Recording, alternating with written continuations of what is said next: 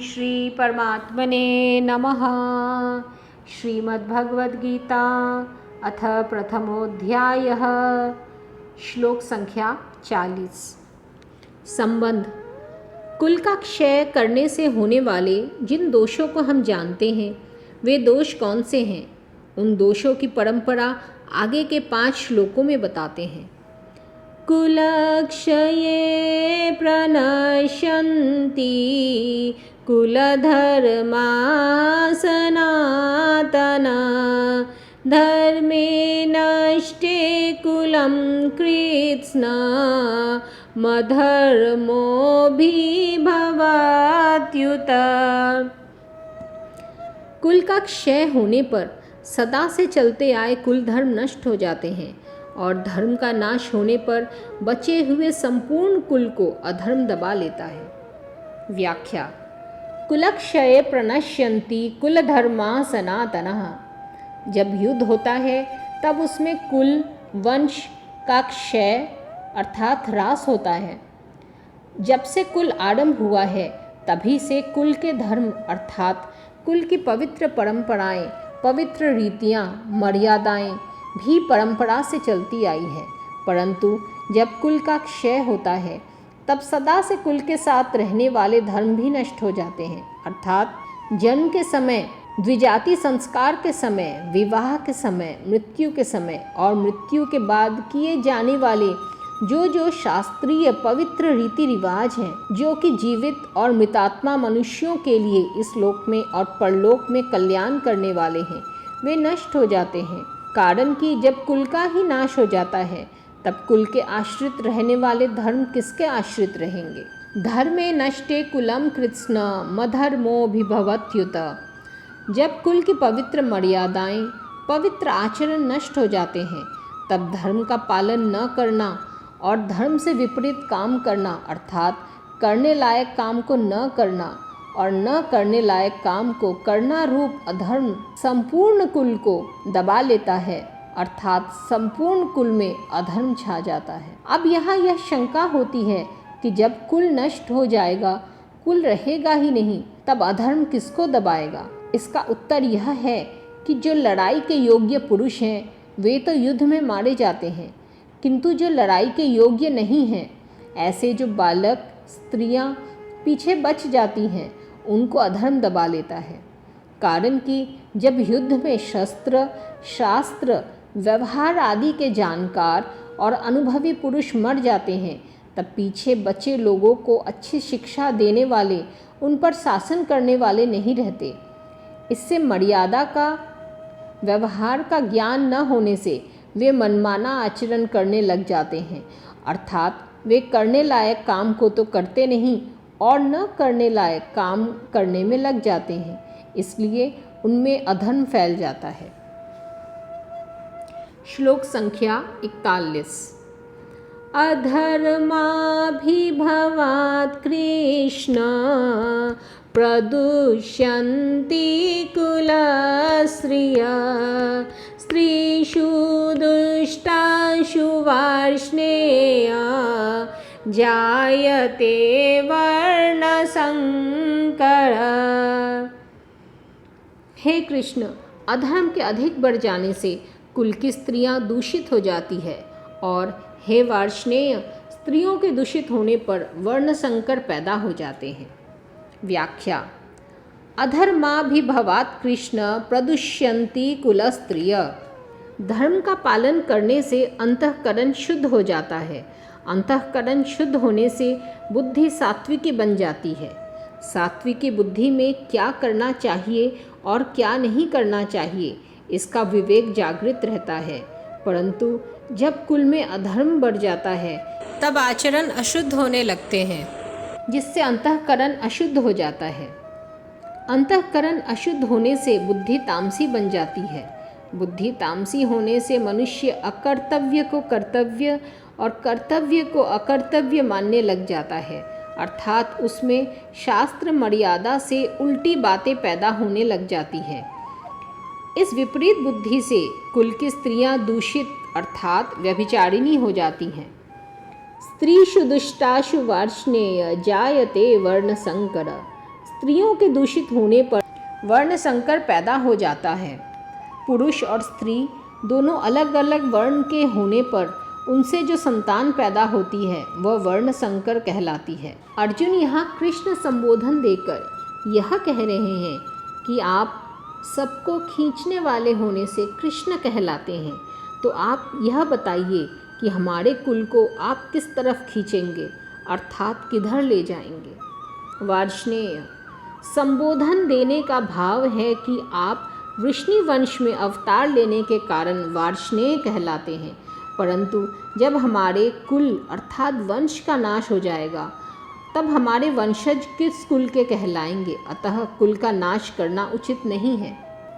श्लोक संख्या 42।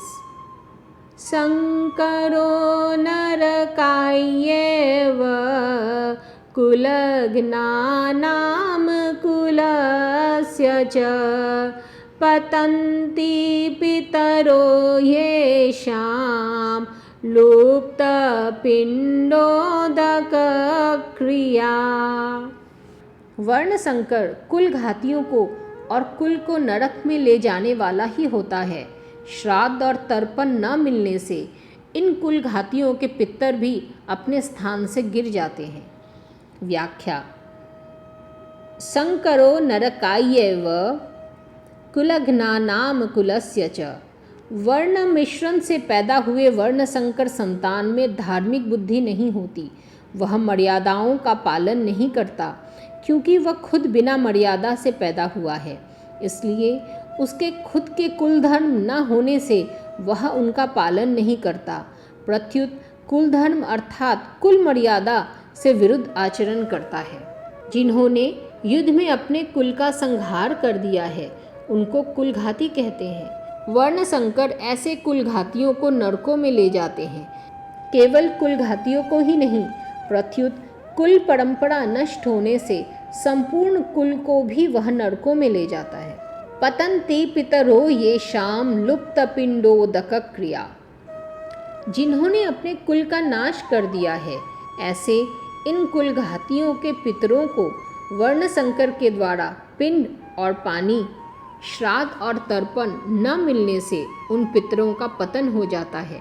कारण कि जब पितरों को पिंड पानी मिलता रहता है तब वे उस पुण्य के प्रभाव से ऊंचे लोकों में रहते हैं, परंतु जब उनको पिंड पानी मिलना बंद हो जाता है तब उनका वहाँ से पतन हो जाता है, अर्थात उनकी स्थिति उन लोकों में नहीं रहती। पितरों को पिंड पानी न मिलने में कारण यह है वर्ण संकर की पूर्वजों के प्रति आदर बुद्धि नहीं होती। उस कारण उनमें पितरों के लिए श्राद्ध तर्पण करने की भावना नहीं होती।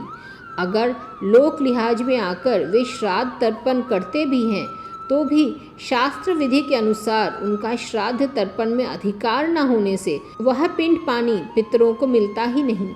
इस तरह जब पितरों को आदर बुद्धि से और शास्त्र विधि के अनुसार पिंड जल नहीं मिलता तब उनका अपने स्थान से पतन हो जाता है। परिशिष्ट भाव। पितरों में एक आजान पितर होते हैं और एक मर्त्य पितर। पितर लोक में रहने वाले पितर आजान हैं और मनुष्य लोक से मरकर गए पितर मर्त्य हैं। श्राद्ध और तर्पण न मिलने से मर्त्य पितरों का पतन होता है। पतन उन्हीं मर्त्य पितरों का होता है जो कुटुंब से, संतान से संबंध रखते हैं और उनसे श्राद्ध तर्पण की आशा रखते हैं। श्लोक संख्या 43। दोषैरेत कुलघ्नानां वर्णसंकरकारके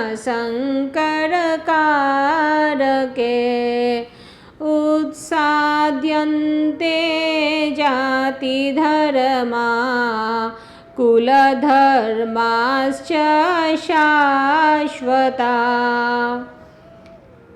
इन वर्ण संकर पैदा करने वाले दोषों से कुलघातियों के सदा से चलते आए कुल धर्म और जाति धर्म नष्ट हो जाते हैं।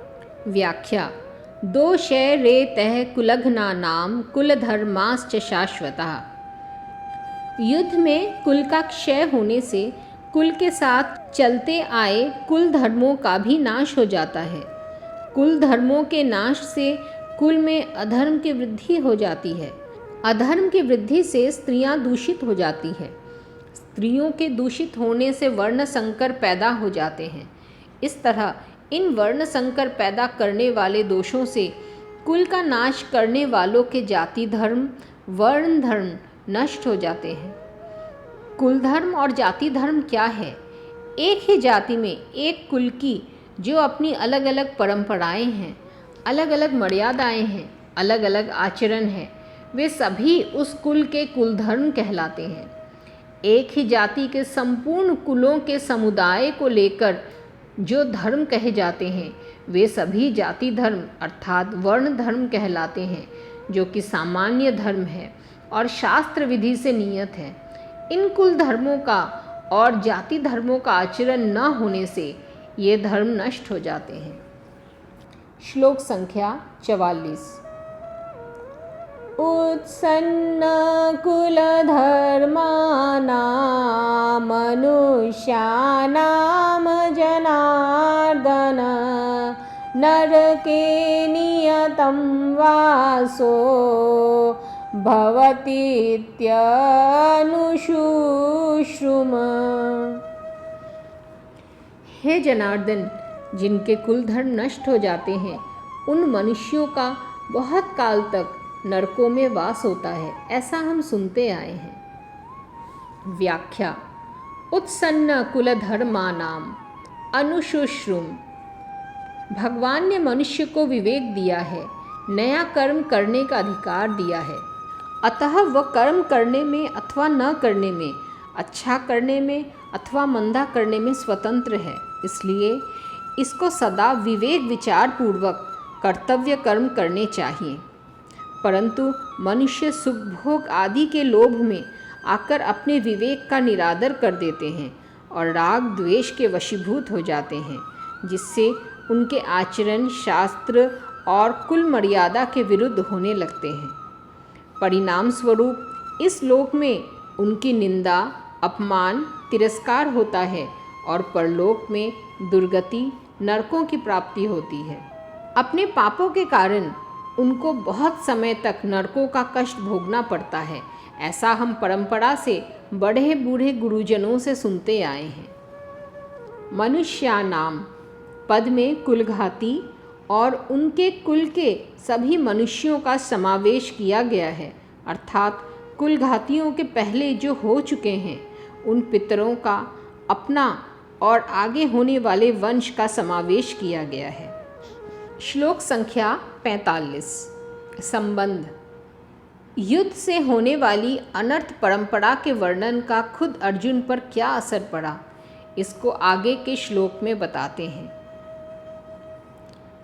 अहो बत महत् पापम कर्तुं व्यवसिता वयं यद्राज्य सुखलोभेन हन्तुं स्वजनमुद्यता।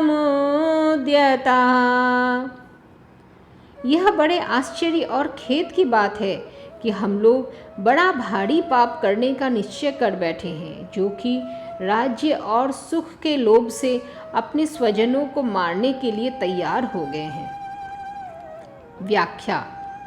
अहो बत स्वजन मुद्यता।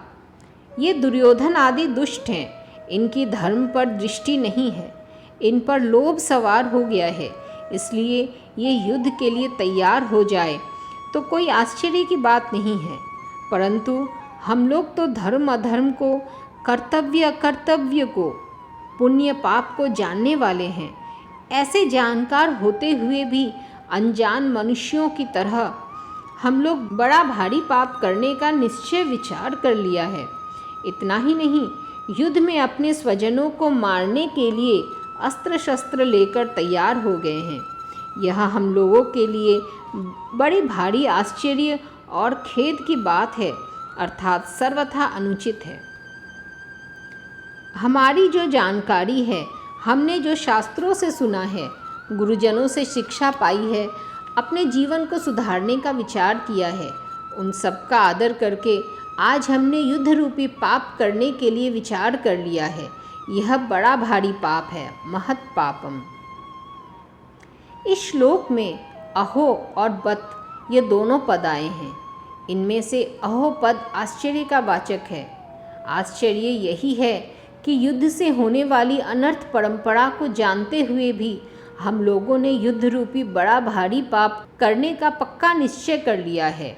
दूसरा बत पद खेद का, दुख का वाचक है। दुख यही है कि थोड़े दिन रहने वाले राज्य और सुख के लोभ में आकर हम अपने कुटुंबियों को मारने के लिए तैयार हो गए हैं। पाप करने का निश्चय करने में और स्वजनों को मारने के लिए तैयार होने में केवल राज्य और सुख का लोभ ही कारण है।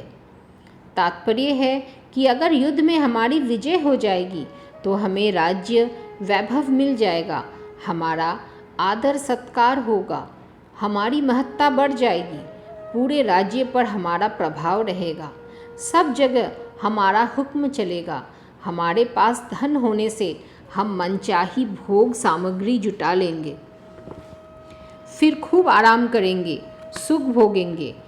इस तरह हमारे पर राज्य और सुख का लोभ छा गया है, जो हमारे जैसे मनुष्यों के लिए सर्वथा अनुचित है। इस श्लोक में अर्जुन यह कहना चाहते हैं कि अपने सद्विचारों का, अपने जानकारी का आदर करने से ही शास्त्र, गुरुजन आदि की आज्ञा मानी जा सकती है, परंतु जो मनुष्य अपने सद्विचारों का निरादर करता है वह शास्त्रों की, गुरुजनों की और सिद्धांतों की अच्छी अच्छी बातों को सुनकर भी उन्हें धारण नहीं कर सकता। अपने सद्विचारों का बार बार निरादर, तिरस्कार करने से सद्विचारों की सृष्टि बंद हो जाती है। फिर मनुष्य को दुर्गुण दुराचार से रोकने वाला है ही कौन। ऐसे ही हम भी अपनी जानकारी का आदर नहीं करेंगे तो फिर हमें अनर्थ परंपरा से कौन रोक सकता है, अर्थात कोई नहीं रोक सकता। यहाँ अर्जुन की दृष्टि युद्ध रूपी क्रिया की तरफ है। वे युद्ध रूपी क्रिया को दोषी मानकर उससे हटना चाहते हैं, परंतु वास्तव में दोष क्या है इस तरफ अर्जुन की दृष्टि नहीं है। युद्ध में कौटुंबिक मोह, स्वार्थ भाव, कामना ही दोष है, पर इधर दृष्टि न जाने के कारण अर्जुन यहाँ आश्चर्य और खेद प्रकट कर रहे हैं, जो कि वास्तव में किसी भी विचारशील, धर्मात्मा, शूरवीर क्षत्रिय के लिए उचित नहीं है।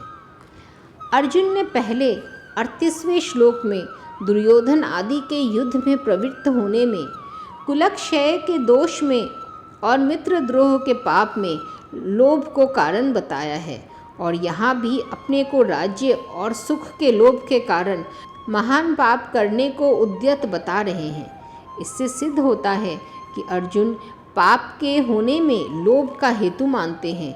फिर भी आगे 3 अध्याय के 36वें श्लोक में अर्जुन ने मनुष्य न चाहता हुआ भी पाप का आचरण क्यों कर बैठता है, ऐसा प्रश्न किया है।